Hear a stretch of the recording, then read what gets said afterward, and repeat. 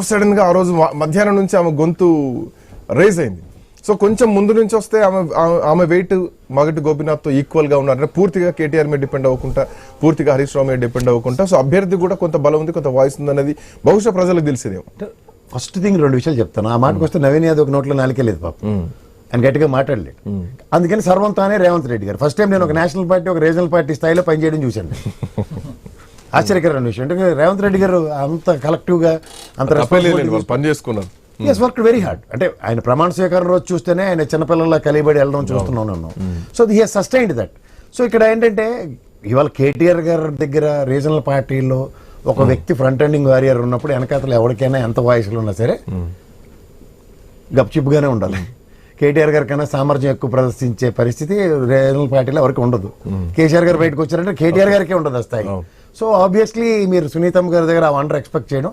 In the absence of KTR ఆ రోజు ఆవిడ 12 గంటల తర్వాత చంద్రముఖి ప్రవర్తన చూసాం. అంటే ఐ మీన్ అంటే ఒక నాయకుడు నాయకత్వ లక్షణాలను పుణికి పుచ్చుకున్న దగ్గర వారు ప్రాసెస్ ఆఫ్ దిస్ థింగ్ వాళ్ళ కార్యకర్తలకు ఎప్పుడైనా కష్టం వచ్చినప్పుడు ఒక నాయకుడు నిలబడిన తీరులోనే ఆవిడ కూడా నిలబడింది. సో డెఫినెట్ గా ఏమవుతుందంటే వార్ బ్యాటిల్ వచ్చినప్పుడు అది జెండర్ అన్నది కాన్సెప్ట్ కాకుండా as she also competent enough అన్నది ప్రూవ్ చేయగలిగింది ఆవిడ. సో ఇక్కడ మీరు ఈ ఎలక్షన్ మనకి జాగ్రత్తగా గమనిస్తే ఎట్నుంచి ఎట్లు లీడ్ అవుతున్నాం అన్న దగ్గర ఫస్ట్ థింగ్ కాంగ్రెస్ కి బ్రహ్మాండమైన బేస్ క్రియేట్ అయిందని మాత్రం ఒప్పుకోవాలి. రైట్. సో మొత్తానికి 2 రౌండ్లు పూర్తయ్యేసరికి కాంగ్రెస్ పార్టీకి 2999 ఓట్ల ఆధిక్యంలో ఉంది. 2 రౌండ్లు పూర్తయ్యేసరికి కాంగ్రెస్ అభ్యర్థి నవీన్ యాదవ్ కు 17,874 ఓట్లు వస్తే బీఆర్ఎస్ అభ్యర్థి మాగంటి సునీతకు 14,879 ఓట్లు వచ్చాయి. సో సెకండ్ రౌండ్ కంప్లీట్ అయ్యేసరికి బీజేపీ అభ్యర్థి దీపక్ రెడ్డి విషయానికి వస్తే 3,475 ఓట్లు వచ్చాయి. So Congress party BRS party మధ్యలో ఒక పోటాపోటీ నడుస్తోంది. 17,874 తోటి కాంగ్రెస్ పార్టీ ఉంటే 14,000 అంటే కేవలం 2-3 అటు ఇటు. సో ఆ బీజేపీ ఓటు బ్యాంకు బహుశా బీఆర్ఎస్ పార్టీకి యాడ్ అయ్యేది ఉంటే ఇది ఖచ్చితంగా బీఆర్ఎస్ పార్టీ ఎడ్జ్ అయ్యేది ఉంటే ఇప్పటికి ఎంత యాడ్ అయిందో కూడా చూడాలి లాస్ట్కి వచ్చేంత వరకు. రైట్. నుమాన్ గారు ఎట్లా చూస్తున్నారు?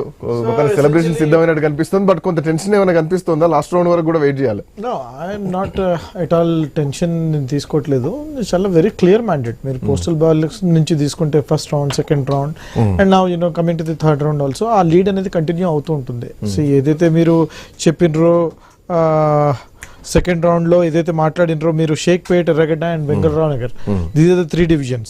ఎర్రగడ్డ and Bengalrao Nagar was very crucial because Rahmat Nagar as well as Yusufgada has been always Congress అక్కడ వర్కర్స్ ఉన్నారు, చాలా మంచిగా పనిచేస్తున్నాం అని చెప్పేసి.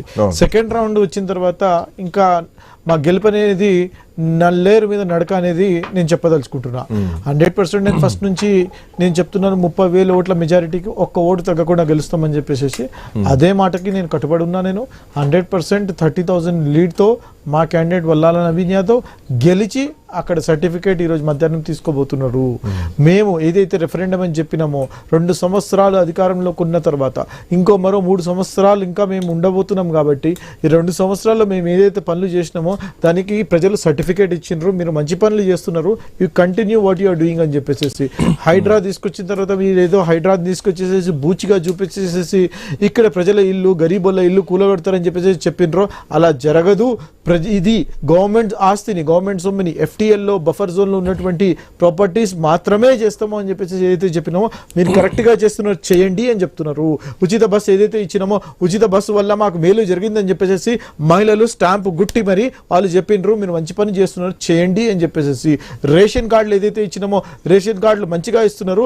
మిగతా 118 కాన్స్టిట్యుయెన్సీస్ లో ఇక్కడ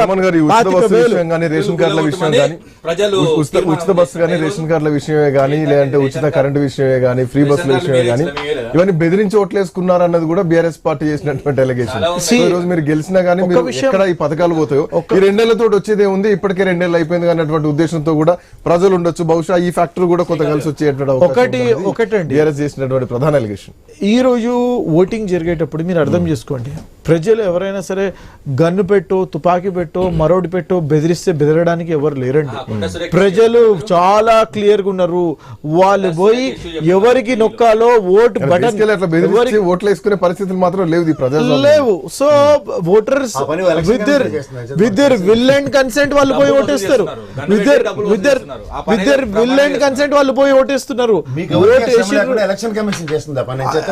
సో నేనేమంటున్నానంటే ఇన్ని కుట్రలు మాట్లాడకపోవచ్చు బీహార్ డిస్కోథెక్ మీరు ఎప్పుడు చూడలేదండి. ఎలక్షన్ క్యాంపెయిన్ అనేది డిస్కోథెక్ లాగా ఎప్పుడు చూడలేదు.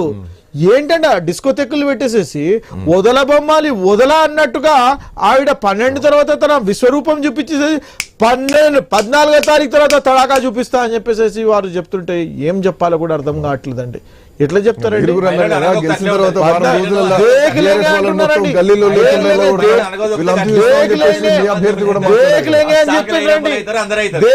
అని చెప్పినండి.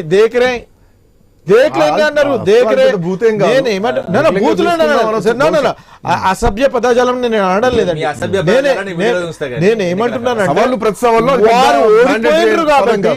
వారు ఓపిక పట్టాలండి.